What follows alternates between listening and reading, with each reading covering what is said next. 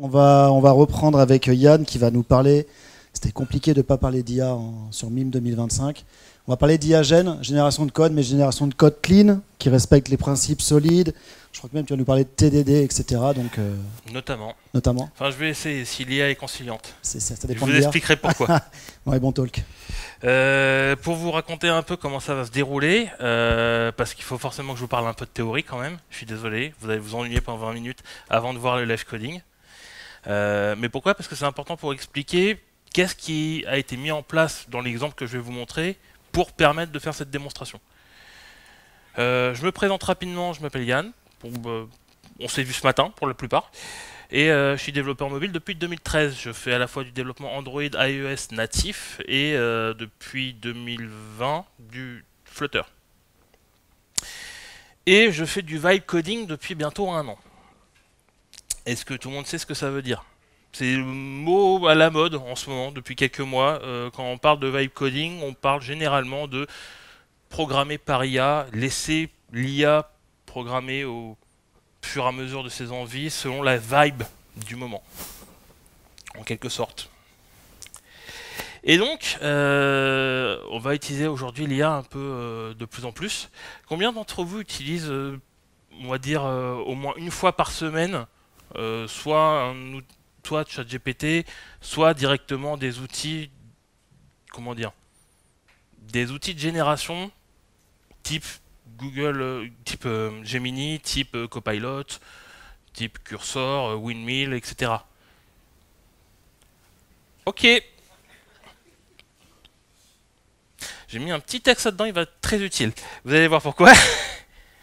Donc vous avez forcément dû constater à un moment donné que mal programmé et mal utilisé, l'IA peut rapidement faire n'importe quoi. On parle notamment d'erreurs de syntaxe, d'hallucinations. Ça peut être des erreurs de compilation que l'IA ne repère tout simplement pas directement ou qui repère seulement après l'avoir notifié. Ça peut être derrière utiliser des dépendances qui sont inexistantes, ou des libs qui ne sont pas à jour, parce que parfois les modèles d'IA qu'on utilise sont datés, n'ont pas les dernières libs utilisées, et donc pas la même compatibilité. Et carrément, des fois, ça peut s'inspirer de mauvaises pratiques qui sont développées sur le web, puisque avant tout, l'IA s'est inspirée de ce qu'il trouvait sur le web. Sauf qu'il n'y a pas forcément que des choses positives. Et notamment sur Stack Overflow, vous avez tous déjà vu au moins un message qui vous a hérissé le poil à un moment donné en disant « mais pourquoi il a écrit ça ?» Et le truc, c'est que l'IA, ça va être un peu la même chose. Va falloir le guider, il va falloir le configurer d'une certaine façon pour qu'il puisse nous sortir des réponses acceptables. Avant de rentrer justement dans ces histoires de configuration, petit disclaimer, je vais parler d'IA à chaque fois, je vais utiliser le terme IA. Bien entendu, ici je parle d'IA générative et de manière générale plus de LLM. L'IA, c'est un sujet qui est vaste, c'est pas réservé uniquement à l'IA générative. Aujourd'hui, c'est juste qu'on a tendance à parler d'IA générative juste en mentionnant le mot IA. Et juste pour éviter d'avoir à répéter générative à chaque fois, dans le reste de la présentation, j'utiliserai juste le terme IA, mais ça se rapporte à ça. Juste pour éviter que quelqu'un me fasse la remarque à la fin. Autre truc, et c'est là la ligne que je suis content d'avoir ajoutée, je ne prétends pas à aucun moment être expert dans ce que je vais présenter. C'est mon expérience personnelle, c'est ce que j'ai pu lire et expérimenter à droite à gauche. C'est ce que je vais vous partager, c'est 2-3 trucs, 2-3 idées et choses que je mets en place régulièrement sur mes projets maintenant et qui fonctionnent plutôt bien. Ça ne veut pas dire que c'est la bonne solution, ça ne veut pas dire qu'il n'y a pas des problèmes. Les problèmes en question, je vous en parlerai. Ça ne veut pas dire qu'il n'y a pas mieux à faire. Bien entendu, si vous avez des suggestions, des hypothèses, des améliorations que vous voyez possibles, n'hésitez pas à le dire, surtout. Ceci étant fait, combien d'entre vous savent expliquer les fondamentaux de comment fonctionne une IA générative? Comment fonctionne ChatGPT typiquement? Sans lire ce qu'il y a de marqué. Bien sûr. D'accord, quelques-uns. Quelques petites mains qui se lèvent. Un peu de doute. Donc fondamentalement, l'IA nous trompe régulièrement en nous faisant croire qu'ils savent parler exactement comme nous, qui savent exactement communiquer et qu'ils ont une forme d'intelligence. D'ailleurs, utiliser le terme IA est presque un peu abusif parce que intelligence artificielle, c'est une forme d'intelligence un peu particulière. C'est pas totalement de l'intelligence. En fait, à la base, le fondamentaux de ce que ChatGPT a fait quand ils sont sortis en... Vous me trouverez la date. Et c'est pas parce que je l'ai pas noté quelque part dans ma tête. 2022. Okay. Et les fondamentaux, en fait, ils ont récupéré des modèles qui servent à compléter du texte. La base de la base, c'est ça. Et c'est tout ce qu'il sait faire fondamentalement. Alors après, depuis 3 ans et depuis toutes les évolutions qu'il y a eu, bien sûr, ça ne se réserve plus qu'à ça. Il y a énormément de contraintes supplémentaires qui sont mises par-dessus cette règle de base, mais le fondamental, les règles fondamentales qui sont utilisées dans l'IA générative, en tout cas textuelle, je reviendrai sur l'IA visuelle après, sur tout ce qui est génération visuelle, c'est encore autre chose, mais c'est compléter un texte. Et il est très bon pour ça. De manière générale, tu écris « il était une fois », derrière, il va essayer de trouver une suite logique de mots et des probabilités qui vont lui permettre de déterminer un texte qui soit cohérent du point de vue humain. Ça ne veut pas du tout dire qu'il comprend ce qu'il dit. Ça veut dire que, statistiquement, les mots qu'il aligne les uns à la suite des autres ont plus de chances de correspondre à la réponse attendue par l'utilisateur. Parmi son panel de statistiques, tout simplement. Et c'est important de le garder en tête parce que c'est ce qui va déterminer les différentes règles qu'on va vouloir suivre avec l'IA.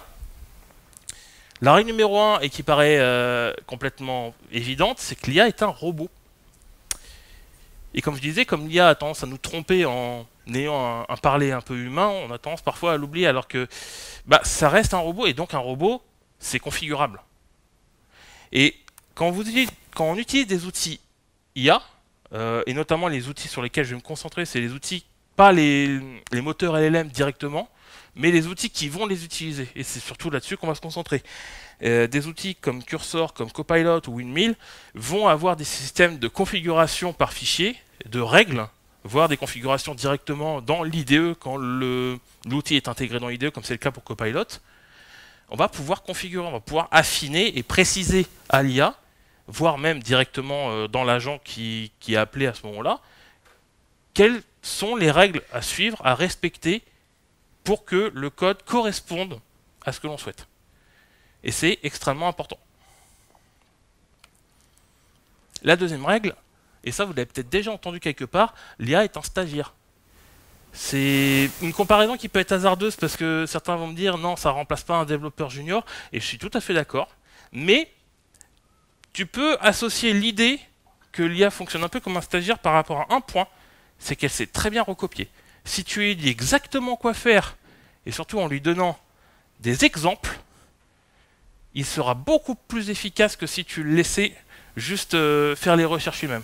Typiquement, si vous lui faites une demande du genre « fais-moi un rapport » sans donner d'exemple du rapport que tu souhaites, il va lancer une série de requêtes, il va te donner une série de résultats qui va correspondre à quelque chose de très général, qui ne va pas correspondre forcément à ton besoin, alors que si tu lui donnes un exemple, avec une page par exemple, avec quelques sections, il va analyser l'exemple, analyser sa structure, et comprendre assez facilement comment il fait, comment faire pour reproduire la même chose, même si c'est dans un autre contexte. Il va être capable de faire les liens. Donc, pouvoir mettre des exemples, ça va être indispensable également. Et même si ce n'est pas exactement ce que vous attendez à la fin, ça va lui permettre d'avoir un cadre. Et ça va être généralement beaucoup plus efficace que d'écrire les règles une par une. Pour cela, plusieurs choses. Il faut que votre projet ait une base architecturale. Généralement, ce n'est pas une bonne idée de partir de zéro. Et surtout, il va falloir documenter. Vous savez, le truc que vous êtes censé faire, qu'on est tous censés faire, et qu'on fait à peu près 1 fois sur 10. Soyons honnêtes. Ouais, non. Voilà, et donc, surtout pour des cas particuliers, ne pas hésiter à donner des exemples vraiment précis de ce que l'on souhaite, surtout si l'IA a facilement tendance à dériver sur des sujets du genre. La règle numéro 3, l'IA est un poisson rouge. Elle oublie très vite le contexte. Alors le contexte, qu'est-ce qu'on appelle le contexte? C'est quand vous avez une session en cours, un chat avec votre intelligence, avec votre IA, le chat, au fur et à mesure des questions, va être capable de garder en mémoire les réponses précédentes. Jusqu'à un certain point. Je pense que vous l'avez tous constaté, au bout d'un moment, au fur et à mesure que vous envoyez des messages, les premiers messages de la discussion, et notamment les consignes que vous auriez pu lui donner, commencent à se perdre. Et l'IA commence à prendre de plus en plus de liberté par rapport à l'historique de la conversation, de ce qu'on va appeler la session. Et donc, par exemple, si je définis dans une étape 1 que je veux utiliser Riverpod pour mon application Flutter, et que quelques étapes plus tard, bon, j'ai mis étape 2, mais il faut imaginer que ce sera plus, par exemple, étape 8 ou 9, par exemple, c'est plutôt dans ces jeux de données-là où ça commence à vraiment partir n'importe comment, il va commencer à sortir d'autres exemples, d'autres managers de state, ce qui est Riverpod, et il va, par exemple, dire d'utiliser un set state à la base de Riverpod, qui n'est quasiment pas utilisé, en fait, quand on utilise Riverpod, vu que ça sert à remplacer. Donc, il faut un moyen de garder ce contexte.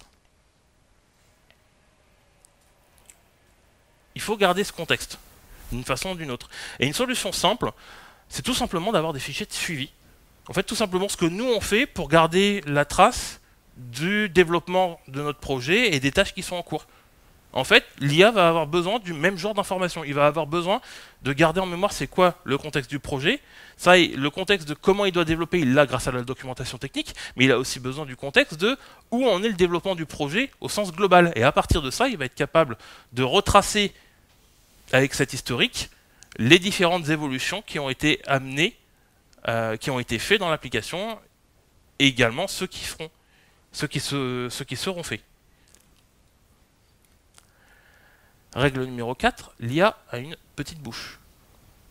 Exprimé autrement, elle aime bien les petites tâches et pas les grosses. Ça, vous avez sans doute déjà constaté.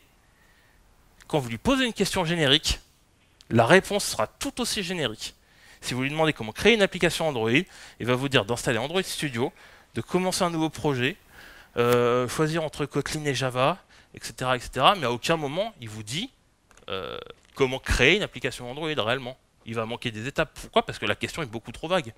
Par contre, si vous commencez à lui poser des questions beaucoup plus détaillées et précises, là, la réponse va être tout aussi détaillée et précise. Parce que il n'aura pas 36 possibilités. En fait, fondamentalement, vous vous souvenez ce que je vous disais au début, c'est des statistiques, c'est des probabilités qui manipulent.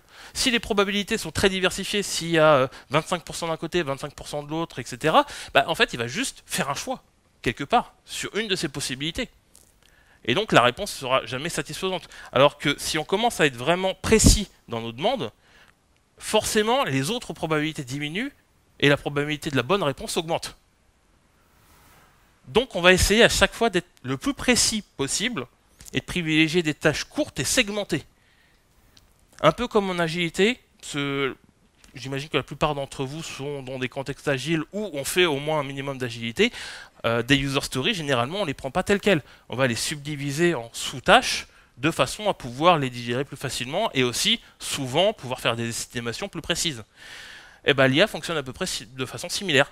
On va vouloir avoir des petites tâches pour qu'il soit capable de les gérer proprement et efficacement. Donc on va vraiment aller dans l'affinage. Et en bonus, on peut totalement demander à l'IA de faire ça. Parce que demander à l'IA de segmenter une tâche qui est générique, il sait très bien faire. C'est une tâche qu'il connaît, qu'il maîtrise. Donc on peut lui demander de faire ce travail-là, et derrière, à partir de ce qu'il aura sorti, de retravailler la réponse de façon à ce qu'elle corresponde plus à ce qu'on a attendu. La dernière règle, l'IA est maladroite. Elle peut faire des erreurs. Et ça, vous l'avez tous constaté. Aussi bien configuré que ce soit, aussi propre que vos dossiers, vos documents d'architecture, votre documentation soit, l'IA peut quand même faire des erreurs. Et notamment, elle peut avoir ce qu'on appelle des hallucinations. Par exemple, si je lui demande de lire un fichier JSON en Flutter et qu'elle me sort « utilise JSON File Reader », là, normalement, ceux qui font du Flutter, vous allez tiquer sur un truc. Est-ce que vous connaissez la classe JSON File Reader?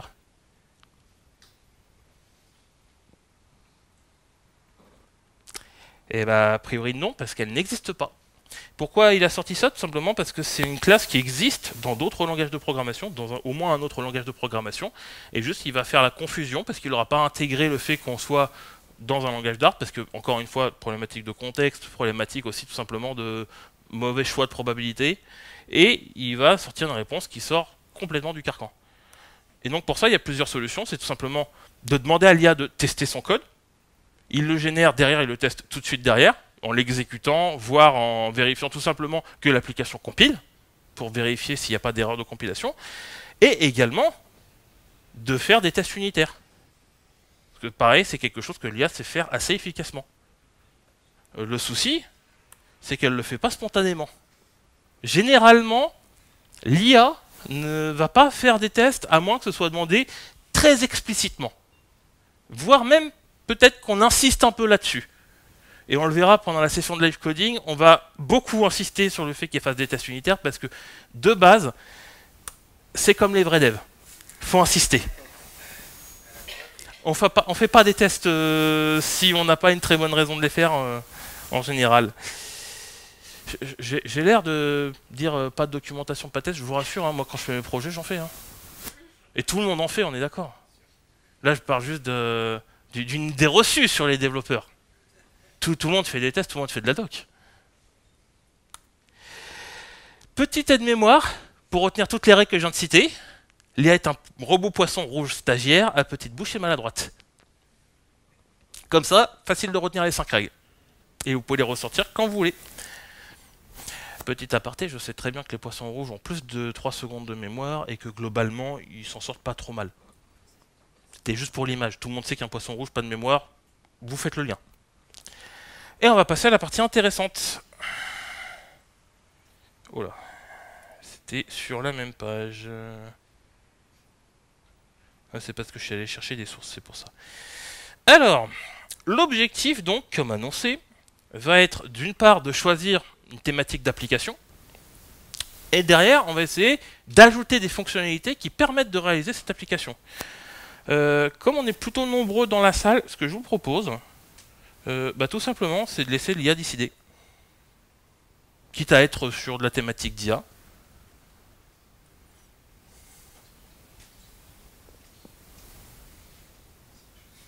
Si le réseau est d'accord, sauf que le réseau n'est pas d'accord parce qu'il s'est déconnecté. Voilà, merci.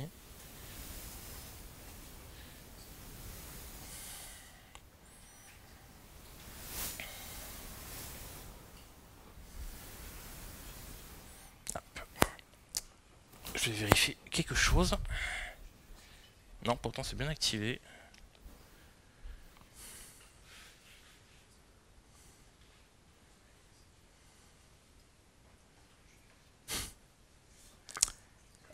L'effet démo commence.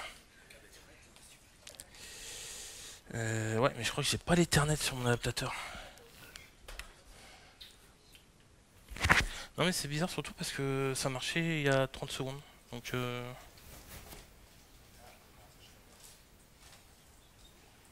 pourquoi d'un coup ça marche plus? Ouais, c'est très bien, voilà. C'est très lent mais ça marche.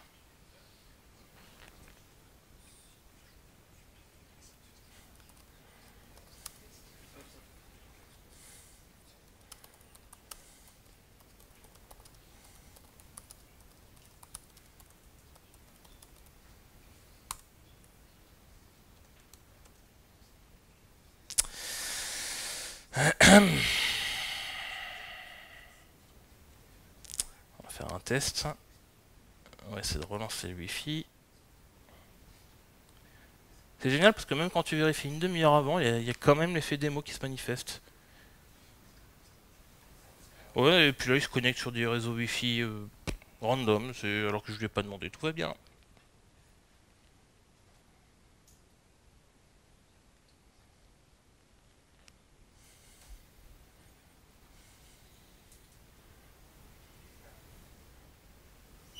Je crois que c'est le cache.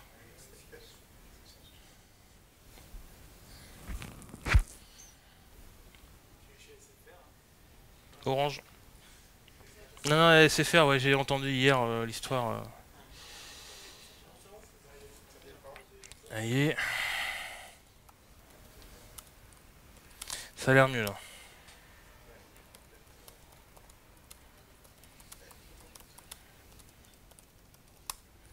Voilà. Ah bah oui, voilà, ça y est, il trace maintenant. Alors, nous avons dans les idées de l'IA, gestionnaire de tâches, donc des to-do list, le classique, un quiz personnalisé, un scanner de code barre pour liste de courses, Je suis là peut-être un peu mitigé parce qu'il faut quand même des codes barres à lire. Encore qu'on peut les générer. Split épice, gestion de dépenses partagées. Ça peut être intéressant. Et rappel d'arrosage de plantes. On va faire un vote. Ceux qui sont pour l'idée 1, levez la main. C'est to-do list, globalement. Ok. Quiz personnalisé.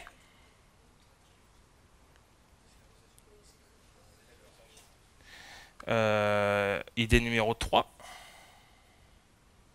D'accord. Idée numéro 4. Il y a pas mal de monde. Idée numéro 5. C'était sûr. Donc...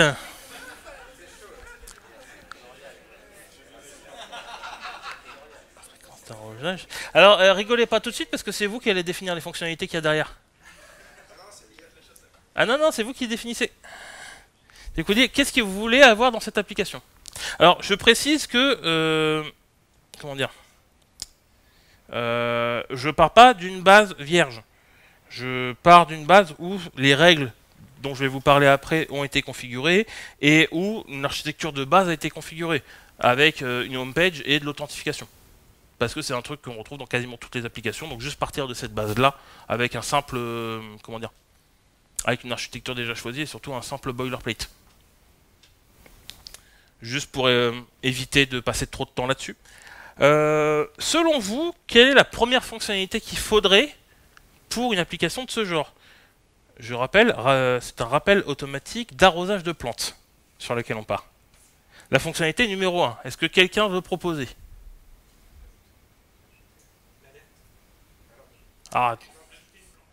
Ajouter une plante, d'accord. Très bien, on va lui demander ça, tout simplement. Donc, je vais d'abord lancer la session avec l'agent, et au fur et à mesure, je vais vous expliquer, pendant qu'il génère, comment est configuré le projet. Alors, pour donner un peu le contexte, je développe une application en Flutter. Ça pourrait être n'importe quel autre langage, hein. Ça pourrait être totalement de l'Android, de l'iOS. Là, c'est juste que je pars sur Flutter, par choix, simplement parce qu'il faut choisir une techno. Et qu'actuellement, je suis plus sur ce genre de techno, donc s'il y a un problème, je pourrais plus facilement réagir dessus. Et en termes d'outils, je suis sur Cursor, et le LLM que j'utilise, c'est Claude 4. Alors, donc...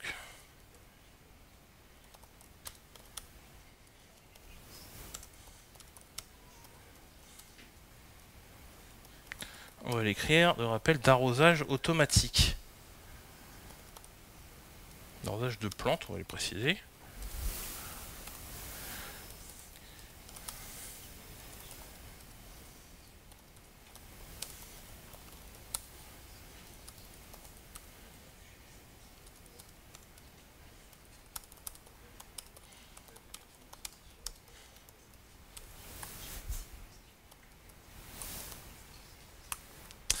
Alors, je vous lis, je souhaite implémenter une application de rappel d'arrosage automatique de plantes. Crée la tâche permettant d'ajouter une plante à ma liste en te basant sur la règle Task Writing. Cette règle-là, elle fait partie des règles que je vais vous montrer tout de suite après. En fait, vous vous souvenez quand je vous disais la règle 3 ou 4, la règle 3, non, la règle 4, la petite bouche. Je veux des tâches qui soient déjà séquentielles. Si je lui donne directement ajoute des plantes à ma liste, en fait, il va très rapidement rencontrer une limite de contexte. Il va très rapidement, enfin, pas une limite de contexte, mais il y a de grandes chances qu'il me propose une réponse qui soit trop générique. Parce que la question, même si la fonctionnalité paraît anecdotique, en fait, a plein d'applications du point de vue développement et du point de vue technique. Pourquoi? Parce que l'architecture de ce projet est une architecture type qui se rapproche d'une clean architecture, avec un domaine, un data, un UI. Donc on a les trois couches principales. C'est pas de la clean architecture à 100%, c'est inspiré. Je suis parti d'un boilerplate existant très concrètement justement pour montrer que ça peut partir de n'importe quelle partie. Donc là il m'a généré ma règle. On va voir un peu à quoi elle ressemble. Alors, du coup, ce que je lui ai demandé, c'est de m'écrire un fichier de tâches. De tâches. Ma tâche, je lui donne un statut, donc elle est à faire, to do. Elle a comme priorité haute. Et elle n'a pas de dépendance par rapport à une autre tâche. Pour l'instant, on dit, voilà, tu fais juste cette fonctionnalité-là. Ça ressemble beaucoup à ce qu'on peut avoir dans un Jira d'ailleurs, ou dans un Trello. Ces paramètres-là. Mais ça va justement lui permettre aussi de savoir comment prioriser. Les requirements, c'est les demandes fonctionnelles. Ça veut dire que là, je veux que mon utilisateur doit être capable d'ajouter une nouvelle plante à leur liste de rappels d'arrosage avec toutes les informations nécessaires pour le tracking, etc. Donc ajouter une plante, specify watering fréquence, optional note, can upload or select photo, validate require field, etc. Et là, je passe un peu. Voilà. Donc là, pour le coup, certaines spécifications fonctionnelles sont intéressantes, d'autres non. Après, c'est du choix, c'est qu'est-ce qu'on veut en faire. Les steps, ensuite, j'ai configuré les règles que je vous montrais à l'instant, task writing, ici, de façon à ce qu'il me sépare la fonctionnalité par rapport à mes 3 niveaux. Et surtout, dans ces 3 niveaux, je vais lui faire une demande particulière, je vais lui dire, tu me fais toujours les tests en premier. Parce que je peux vous assurer que si vous ne le précisez pas et si vous n'insistez pas là-dessus, il les fera toujours en dernier. Et je dis ça, c'est même pas sûr qu'il le fasse cette fois. Donc ça, d'ailleurs, si vous avez des retours là-dessus sur comment bien forcer le TDD à une IA, je suis totalement preneur. Parce que je peux vous assurer que j'ai expérimenté pas mal là-dessus. Et c'est pas la tâche la plus facile. Donc, on va voir ce qu'il a fait. Il me dit de créer plante modèle avec les properties ID, name, plant type, watering frequency, etc. Donc pas mal de petites choses. Créer l'interface du repository avec une fonction add plant, puisqu'on veut ajouter une plante, jusque là ça va. Ajouter add plant use case avec une implémentation vide. Tu crées le test unitaire pour ce use case avec un faux repository, puisqu'on préfère utiliser ici des fakes que des mocks. Au hasard, qui utilise des fakes dans ces tests et qui utilise des mocks? Utilisez des fakes, vous verrez, ça change la vie. Dans garde-chapelle, tout ça, on bypass. Et je lui demande bien sûr, surtout, de m'exécuter mes tests unitaires. Sauf que là, déjà, on remarque un truc, c'est qu'il m'a pas dit d'exécuter les tests avant. Quand je dis qu'il aime pas faire des tests, hein, c'est pas une blague. Là, il l'a mis, par contre. Implémentation du repository, create plant entity, etc., etc. Ça me paraît pas mal. State model, state notifier. J'utilise, pour l'anecdote, j'utilise Riverpod dans ce projet. Ça marche totalement avec plein d'autres systèmes de gestion d'état sur Flutter. Globalement, c'est vous qui les spécifiez, mais dans les règles que j'ai décrites et dans la documentation du projet, je lui ai dit d'utiliser tel ou tel truc. Donc déjà, il sait qu'il doit utiliser Riverpod, ce qui est plutôt positif. Et une liste de critères d'acceptance qui va exécuter à la fin. Et cette liste de critères va lui permettre de pouvoir vérifier que son travail correspond bien à ce qui a été demandé et corriger au cas où. Et quelques notes techniques, par exemple la localisation du module. Pareil, il va savoir qu'il va devoir créer un package plante dans mon package module, ce qui a été déterminé. Plant model should include calculated next watering date, etc. Ça, c'est discutable, par exemple, on peut définir de le faire ou pas, etc. etc. Mais globalement, on va rester là-dessus et on va voir ce qu'il va être capable de faire. Et par contre, ce qu'on va faire, on va essayer d'être malin, on va lui dire d'y aller étape par étape.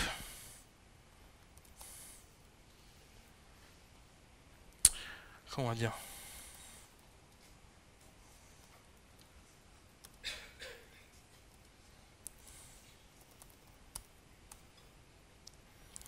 Alors, on va lui linker le fichier task, c'est add plant watering.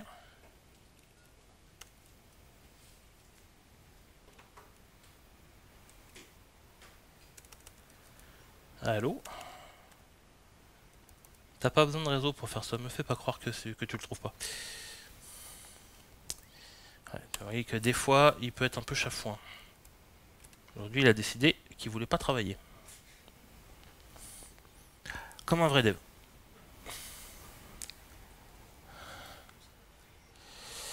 Si, normalement, en fait, avec Cursor, on peut faire un lien direct avec un arrobase. Il faut savoir que ça existe dans Cursor, ça existe également dans Gemini, ça existe également dans Copilot.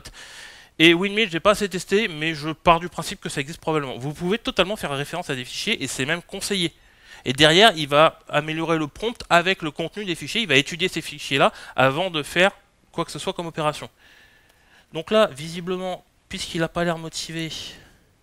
Ah, là maintenant, il est motivé, super. Il est motivé sauf qu'il m'a effacé ma demande.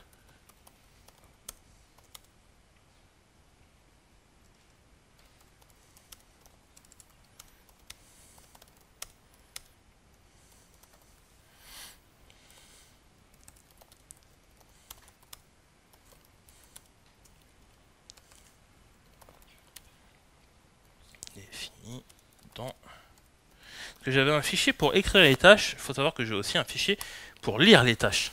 Je lui ai expliqué comment il doit les lire et comment il doit les exécuter.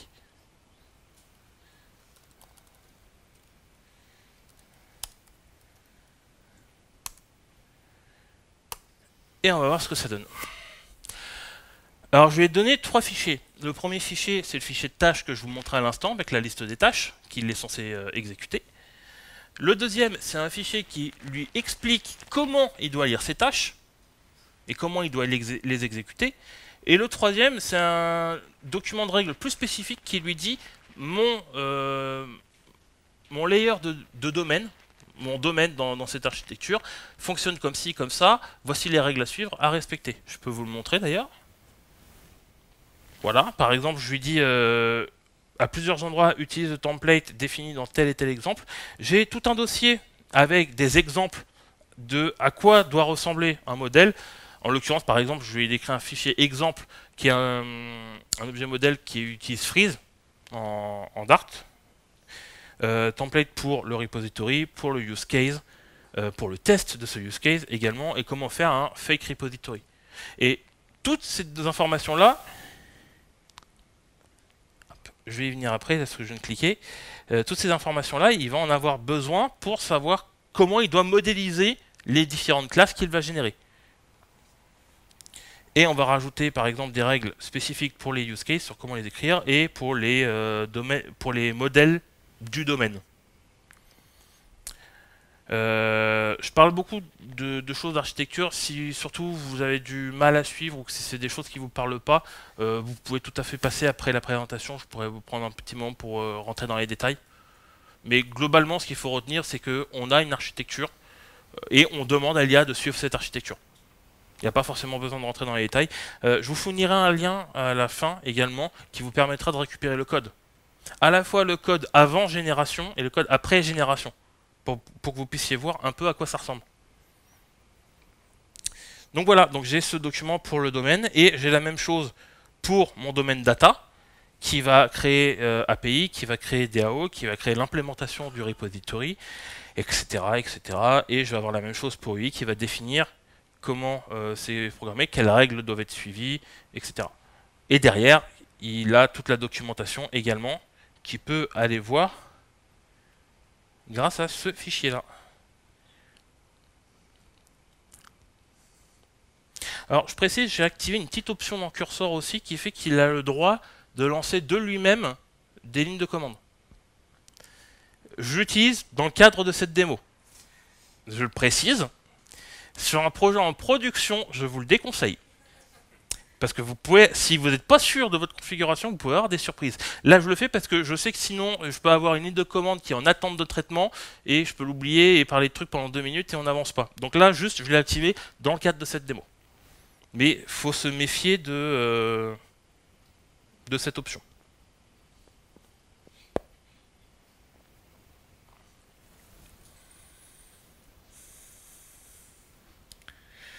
Alors, on regarde où il en est. Donc juste, on va voir un peu où il en est. Déjà, une des premières choses qu'il a fait, il a mis à jour un fichier dont je ne vous ai pas encore parlé, qui est le fichier de statut. Tout simplement, en fait, le fichier de statut, bah, ça va lui permettre de savoir, vous vous souvenez cette histoire de contexte qu'il perd au fur et à mesure, bah, je lui dis, cette tâche-là, la première chose que tu dois faire quand tu la réalises, tu me la mets dans le fichier status.md. Parce que je veux que tu gardes en mémoire que cette tâche elle est en cours et elle n'est pas finie. Et quand elle sera finie, et uniquement quand elle sera finie, tu pourras la passer en complété. Ce qui permet à l'IA de garder le contexte au moins de ça. C'est un contexte simplifié. On peut pousser le truc en rentrant un peu plus dans les détails de qu'est-ce qui a été implémenté. Mais en principe, normalement, ça devrait suffire. En tout cas pour cet exemple. Donc, si vous vous souvenez un peu des étapes de la partie domaine, on lui a dit de créer le modèle. Jusque-là, c'est fait. D'utiliser freeze, on est bon. Le repository, on est bon. Le use case vide, ça fait un throw, une implemented error. Il va falloir que je boive un peu d'eau parce que mon anglais est un peu pâteux. Il m'a créé aussi le fake plant repository pour mes tests, justement, avec juste une liste de plantes, de plantes en mémoire. Et je viens de remarquer qu'il a fait une grosse erreur d'anglais, par ailleurs, parce que plante, ça se dit une plante en français, ça se dit pas plante comme ça en anglais. Sauf erreur de ma part, plante comme ça, c'est une plateforme pétrolière. Si je ne m'abuse.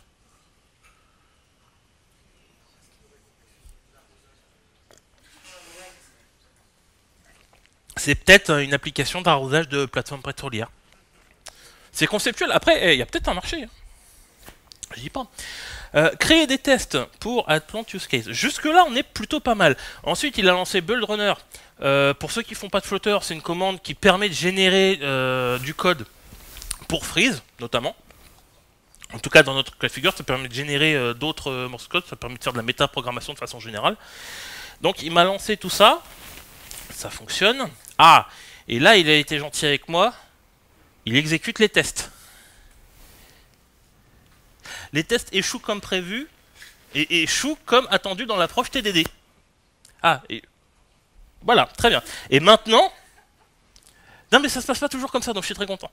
Et implémenter AdPlant Use Case, donc là maintenant il fournit l'implémentation qui est aller chercher les données qui se trouvent dans le repository, très classique. Et maintenant il exécute les tests à nouveau. Ah, et il voit qu'il y a un problème avec le test. L'implémentation calcule automatiquement, mais le test s'attend à l'objet exact. Donc il ajuste automatiquement le test en voyant qu'il a fait une erreur. On casse un peu le principe du TDD en faisant ça. Mais dans ce contexte, bon, déjà, c'est plutôt pas mal. Comme je dis, il n'a pas tant que ça l'habitude de le faire. Donc là, résumé de l'étape 1, domaine, layer, terminé. Voilà, il a créé, il me fait un rappel de ce qu'il a fait et tout. Et maintenant, ce que je vais pouvoir faire,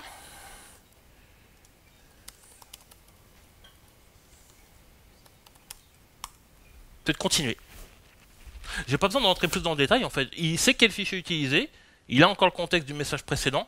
Dans 3 ou 4 messages, je pourrais potentiellement lui dire de changer parce qu'il aura perdu l'historique de la conversation. Mais étant donné que j'ai que 3 tâches dans ma tâche principale, enfin que 3 étapes dans ma tâche principale plutôt, en principe le contexte est censé suffire. Et si le contexte ne suffit pas, les règles sont là pour lui rappeler où trouver les informations pour retrouver le contexte. Avec ce fichier status, avec le fichier de tâche dans lequel se trouve le descriptif de tout ce qu'il est censé faire, et à partir de ça, en fait, il ne perd pas le contexte. Même s'il y a eu beaucoup de demandes qui sont faites au fur et à mesure. De quoi d'autre je peux vous parler en attendant qu'il fasse la génération? J'ai des règles qui sont plus générales. Simplement, comment, par exemple, configurer Dart, quelles sont les règles à suivre de manière générale quand il code en Dart, respecter les principes solides par exemple, partir du principe qu'il a lu Martin Flower. Je sais que c'est Fowler que ça dit, mais j'adore dire Flower. Un export par fichier, etc. Voilà quelques règles de manière générale, et j'en ai plusieurs. Des règles sur l'import aussi, par exemple je veux qu'il fasse de l'import avec package 2 points quelque chose, parce qu'il y a de l'import relatif aussi qui peut fonctionner. La nomenclature, comment je veux qu'il nomme mes classes, comment je veux qu'il nomme mes variables, etc. Voilà, quelques règles standards. On peut en ajouter plus, on peut en ajouter moins. Et petit détail, j'ai aussi ajouté dans chaque fichier de règles qui sont appliquées, de faire en sorte qu'au début de la conversation, il affiche toujours le nom du fichier de règles qui est utilisé. Pourquoi? Ça nous permet de savoir quels sont les fichiers de règles utilisés automatiquement dans le cadre de cursor. C'est-à-dire qu'il ne va pas forcément utiliser que les règles que je vais lui passer manuellement dans le chat, il va aussi utiliser des règles que je veux qu'il applique dans tous les cas de figure, et d'autres qu'il doit appliquer dans les cas de figure de certains fichiers. Par exemple, dans le cas global rule, je veux que ça s'applique toujours. Et voilà. Et là, par exemple, rule edition, pour pouvoir mettre à jour les règles au fur et à mesure, parce que si on veut faire de l'amélioration continue, on peut le faire aussi avec l'IA. C'est-à-dire que l'IA, si on lui dit qu'il y a un truc qu'il a mal fait, on peut aussi lui dire, ça tu l'as mal fait, il faut que tu fasses comme ça. Et tu ajoutes cette règle-là dans le chat, et cette règle-là, elle dit explicitement, quand l'utilisateur te corrige, tu intègres une nouvelle règle dans ces fichiers-là pour maintenir à jour, pour garder en tête la correction que je t'ai demandé. Et on peut faire comme ça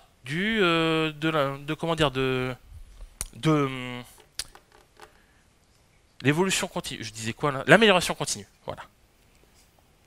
Et ce que je voulais vous montrer, c'est qu'il est totalement possible de dire de base, quand je manipule un fichier de type MDC, tu appliques cette règle.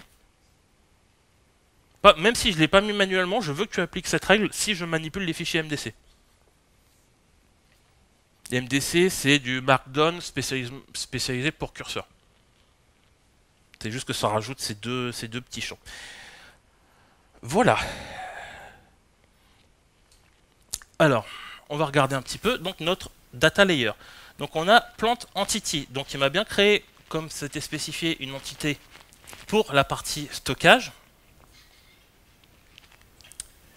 Créer l'extension pour convertir plant en plant entity, parce qu'on veut que ce soit deux objets séparés entre le domaine et ce qui va être manipulé au niveau DAO. Plant DAO selon template. Jusque là ça va, ça a l'air de correspondre. On a bien une DAO avec du save, du get all.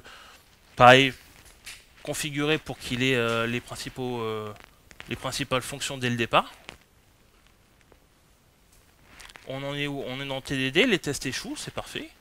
Il en est à tester le repository, plant repository implémentation. Plant repository test, il a bien généré les tests avant le repository à nouveau. On est plutôt pas mal. Créer le provider pour plant repository, jusque là ça va. Et mettre à jour add plant use case pour utiliser le repository provider. Jusque là on est pas mal. Enfin, exécuter tous les tests de la couche domaine et data. C'était pas spécialement demandé, mais il exécute tous les tests unitaires, c'est bien, ça permet de vérifier qu'on n'a rien cassé au niveau du test unitaire. Et tous les tests passent. On est plutôt pas mal. Et donc, si vous avez suivi la logique, on a fait la partie domaine, on a fait la partie data. Et donc, qu'est-ce qui reste? L'UI, la partie graphique, exactement.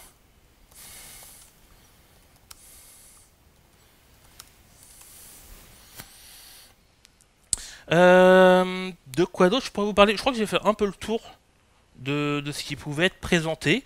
Est-ce que déjà, en l'état des choses, vous avez des questions sur le fonctionnement? Au niveau des fichiers de règles, est-ce que c'est toi qui les as écrits au fur et à mesure ou tu t'es inspiré d'autres... Les deux. Les deux. Ah oui, bien sûr. La question du coup c'est, est-ce que c'est moi-même qui ai écrit les règles ou est-ce que je me suis inspiré de règles existantes? En ce qui concerne les trois premières, là par exemple Dart Global Rule, Dart Import, Dart Nomenclature, celle-là je suis allé chercher des idées ailleurs. Parce que je me dis c'est facile d'oublier certains cas de figure et même aller s'inspirer chez d'autres personnes c'est pas mal. Par contre, pour tout ce qui touche à l'architecture, ça c'est principalement moi qui ai déterminé les règles. Pourquoi? Parce que l'architecture, je pense qu'on est combien? Je dirais une quarantaine de développeurs dans la salle. Je pense qu'il y a 40 styles d'architecture différents. Donc, en fait, là, c'est vraiment ta touche personnelle qui va déterminer à quoi doit ressembler l'architecture et voir aussi en fonction de ce que tu suis comme recommandation. Tu as différents styles d'architecture. Moi, je pars sur un genre de clean architecture qui ne respecte pas totalement. Parce que je veux rester sur quelque chose d'un peu simplifié. D'autres pourraient partir sur une architecture hexagonale plus classique, d'autres pourraient partir sur du Viper, etc. Enfin, chacun va choisir quelle architecture convient le mieux à son projet, globalement. Et on peut totalement imaginer d'avoir des, comment dire, des boilerplates contenant ces règles-là, et avoir un boilerplate pour du hexagonal, un boilerplate pour du Viper, un boilerplate pour du CleanArchi, et justement, en fonction du projet sur lequel tu travailles et en fonction de ce que tu penses être la meilleure architecture, choisir sur quel boilerplate partir, avec quelles règles partir. Est-ce que ça répond à ta question? Oui.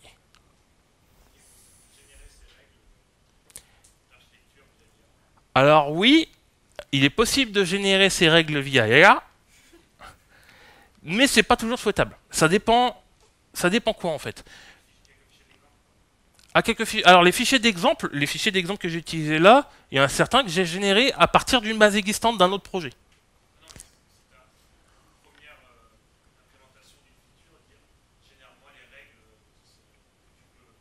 Ah d'accord. Donc si je reformule, c'est est-ce que à partir d'un projet existant, on est capable d'en extraire les règles? Tout à fait. Tout à fait. Par contre, je mets juste un signal d'avertissement, ça marche bien que si ton projet est cohérent. Si tu as trois styles d'implémentation différents d'un repository, il va falloir que tu lui dises laquelle est la bonne. Voire dire que les trois sont pas bonnes et que maintenant la règle c'est ça.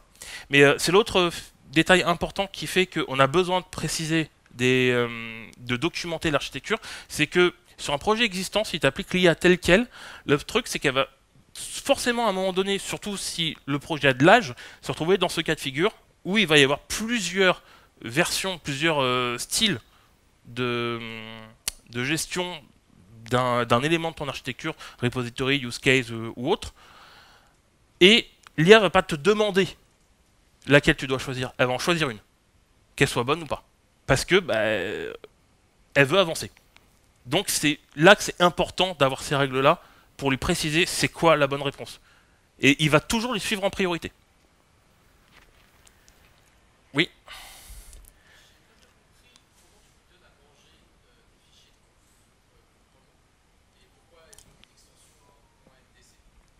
Alors, là, la question c'est comment je donne à l'IA les différentes règles que vous voyez en haut à droite, en haut à gauche ici. Ces fichiers-là, en fait, c'est des fichiers qui sont propres à Cursor.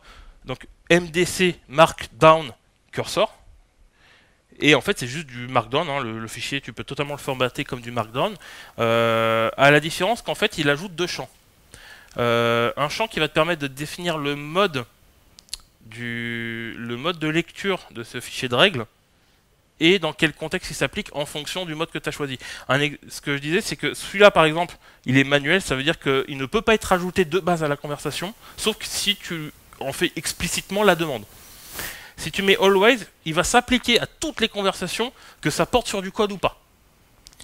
Auto-attach, ça veut dire que tu l'attaches automatiquement si tu manipules un certain type de fichier que tu précises dans le deuxième champ qui se trouve ici.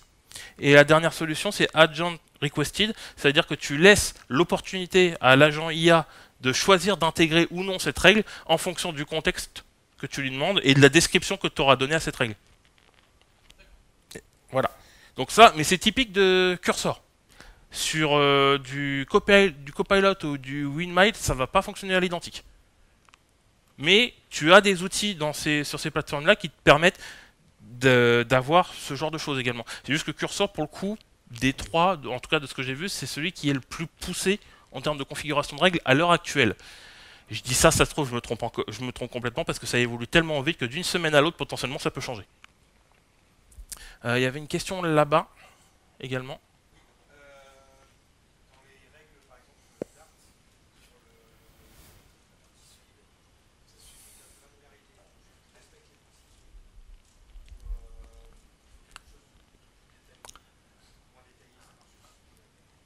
En fait, c'est une sécurité. On va dire que, si tu veux, comment expliquer, c'est comme si tu faisais un plat, tu y mets du sel, et les principes solides, c'est le sel. Le sel tout seul, si tu en manges, ça va pas être très bon. Le truc, c'est que c'est juste quelque chose qui vient enfoncer encore un peu plus le fait qu'il respecte ces principes-là. Mais ces principes-là, en fait, sont respectés avec les autres règles que tu mets en place qui, eux, suivent les principes solides. Notamment la clean architecture, à elle seule déjà respecte un certain nombre de principes solides. Le fait que je lui demande de faire du TDD, ça respecte les principes solides, etc., etc. Juste dire fais du solide et espérer que ça marche magiquement, non, effectivement ça ne marchera pas. Mais ça coûte pas grand chose de l'ajouter. Après, te dire à quel point c'est impactant ou pas, j'ai pas vraiment fait le test de le faire sans ou avec, donc je sais pas si ça ajoute vraiment quelque chose, mais je me dis c'est une sécurité supplémentaire. Ça coûte une ligne de règles, c'est pas forcément très grave de la mettre ou pas. De niveau de granularité, oui.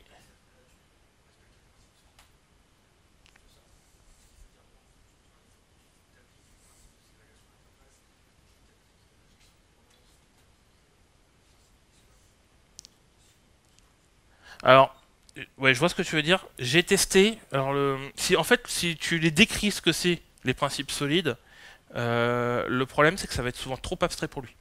En fait, il va avoir du mal, en tout cas de ce que j'ai pu voir, en tout cas avec Cursor et avec Claude, il va avoir du mal à l'appliquer tel quel si tu lui donnes juste les règles abstraites.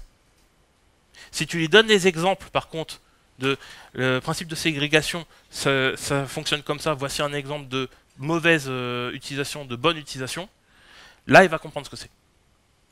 J'aurais totalement pu le faire comme ça, mais effectivement je suis parti juste sur des règles plus précises, je me suis principalement concentré sur l'architecture, mais on peut totalement imaginer effectivement mettre des règles en place pour que les principes solides soient encore plus respectés. Mais effectivement juste cette ligne là n'est pas suffisante en soi, il faut aller plus loin et fournir des exemples. Il reste 3 minutes. Et il reste 8 minutes. Oh, je suis large. Je suis large. Regardez, l'IA a terminé. Elle a terminé son travail. Alors, je voulais juste vous montrer la fin. Globalement, en fait, ce qu'il a fait, c'est qu'il a juste créé des widgets. Alors, bien sûr, je ne lui ai pas donné de maquette. Donc, il va faire un peu ce qu'il peut. Mais ce que je voulais surtout vous montrer, c'est qu'il a bien mis à jour le statut de sa tâche. Add plant to watering list, on a un statut done. Et le in progress, maintenant, en fait, la tâche n'est plus en in progress, elle est en done. Si on ouvre le fichier, ici, completed feature, hop, il estime que la tâche est terminée par rapport à la description. Et maintenant, on va essayer, je dis bien essayer, de le lancer. Et je viens de me rendre compte que je n'ai pas lancé d'émulateur. Et que ça risque d'être lent de lancer un émulateur.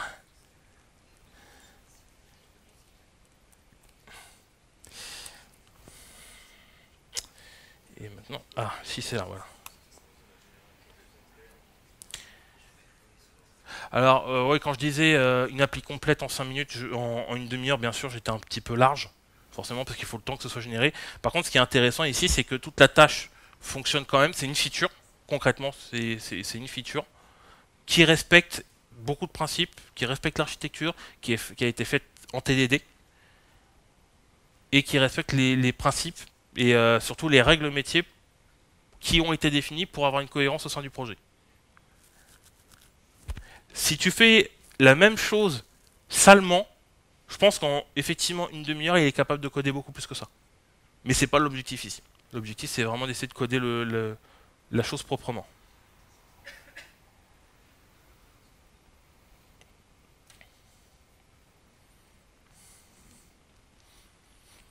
Est-ce qu'il y a d'autres questions en attendant que l'application compile? Oui.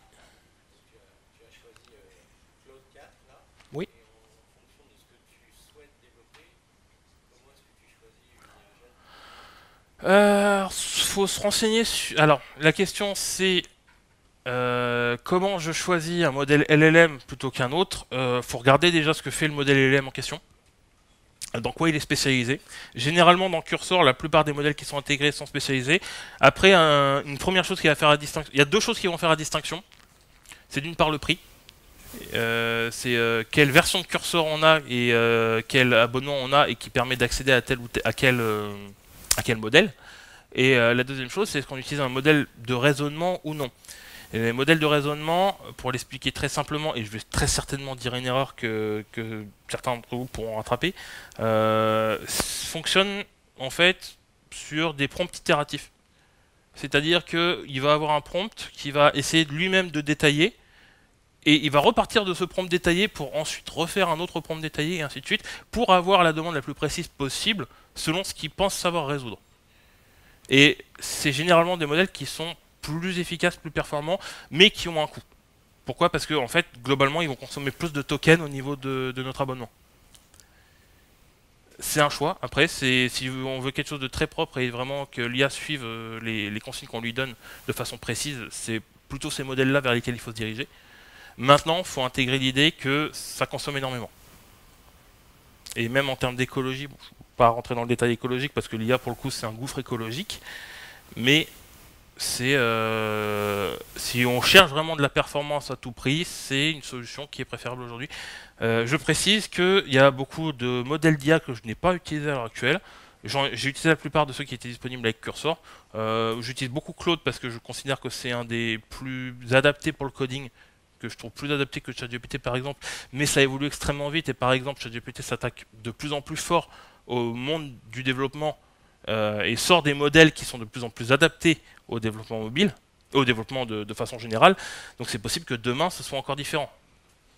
Donc c'est quelque chose à surveiller, globalement ça demande de se renseigner sur les modèles qui existent et qu'est-ce qui est le plus adapté aujourd'hui et qu'est-ce qu'on est prêt à payer pour avoir un modèle optimal. La compilation est longue, hein, il faut que je mette à jour le MDK, oui. Est-ce qu'il y a d'autres questions? Oui. Est-ce que ça, si on peut avoir trop de règles, trop d'exemples qu'on donne à l'IA, et parmi lesquels elle s'inspire de Alors la question c'est, est-ce qu'on peut donner trop de règles? Est-ce que l'IA peut se perdre quand on lui donne trop de règles? Comment ça, j'ai pas de connexion internet? Ben non, le réseau il fonctionne. Bon. Je regarderai. Du coup, pour répondre à la question, et je regarde ça après, alors oui, c'est possible de lui donner trop de règles. Et je l'ai expérimenté à un moment, j'ai voulu voir s'il était capable d'assimiler une documentation entière et assez complexe sous forme de règles et être capable de les suivre. La réponse c'est non. Et pourquoi? Parce que la plupart des modèles ont une limitation en termes de prompt, en termes de taille de prompt. Et les règles sont ajoutées directement dans le prompt, même si c'est pas montré dans la conversation. Donc le truc c'est que tu atteins une limite, et si tu atteins cette limite, bah en fait il va pas te le dire, il va juste prendre ce qu'il peut, selon sa priorité à lui, et appliquer ce qu'il peut. Ce qui veut dire que tu as beaucoup de règles qui seront juste pas appliquées. Et l'autre sujet qui peut être problématique, c'est si tu as des règles contraires. Et si tu as des règles contraires, on retombe dans le cas de figure dont je parlais tout à l'heure, c'est-à-dire il va choisir une des deux, au hasard. Ça va être encore une fois de la statistique de la probabilité, il va choisir au hasard. Alors, j'ai essayé de réparer ça, je me demande si c'est pas juste un problème de connexion à Firebase.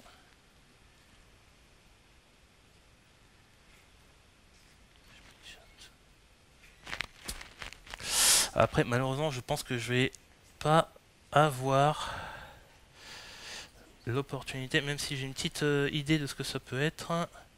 S'il me parle de permission, donc je vais aller fouiller un petit coup dans le manifeste. Ce qui me surprendrait parce que je suis presque sûr de l'avoir mis. Et ben non. Ah si, elle y est. Donc je sais pas. Je pense que il me reste une minute. En une minute, j'ai des doutes de réussir à relancer l'app. Je vais essayer de le faire là pendant la pause. Je pourrais toujours vous le montrer si vous venez me voir après. Mais bon, l'important c'était surtout de vous montrer le fonctionnement de ce système de règles et de jusqu'où ça permet d'aller. Et globalement, il est quand même suivi fidèlement. Je retourne rapidement sur la présentation parce que j'ai 2-3 petites choses à vous partager.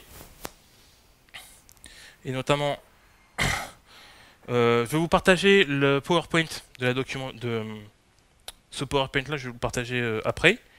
J'ai quelques sources.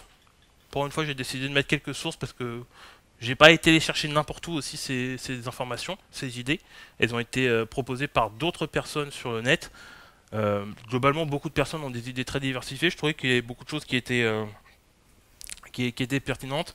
Une des sources que je vous conseille, c'est la dernière, c'est les étapes pour entraîner un LLM, qui vulgarise extrêmement bien le fonctionnement d'un LLM et où on en est aujourd'hui.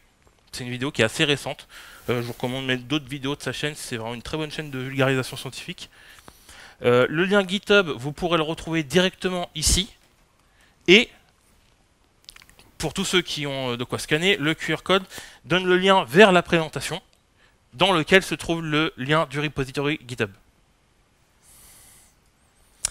Bien sûr, le code qui a été généré, je le committerai sur une autre branche. Je vous laisserai aller voir directement les branches en question. Je pense qu'on est bon.